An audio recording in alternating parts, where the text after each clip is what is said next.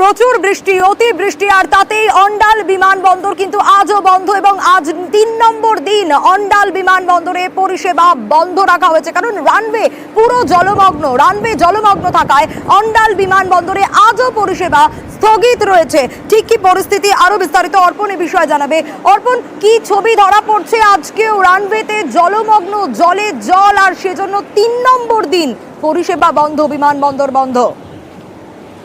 দেখো, একেবারে ৩ দিন ধরে কিন্তু অন্ডালের কাজী নজরুল ইসলাম বিমানবন্দরে বিমান পরিষেবা বন্ধ রয়েছে, কারণ অতিবৃষ্টির কারণে জলমগ্ন হয়ে পড়ে বিমানবন্দর চত্বর এবং রানওয়ে একেবারে বিপজ্জনক হয়ে পড়ার কারণে, কারণ নিরাপদ নয়। উড়ান পরিষেবার ক্ষেত্রে রানওয়ে নিরাপদ নয়, এমনটাই কর্তৃপক্ষ মনে করছেন। সেই কারণেই তারা কিন্তু উড়ান পরিষেবা বন্ধ রেখেছে এবং দেখা যাচ্ছে রানওয়ের মধ্যে কিন্তু যে জল জমেছিল সেই জল কিন্তু নিকাশি করা গেলেও একেবারে বিপজ্জনক।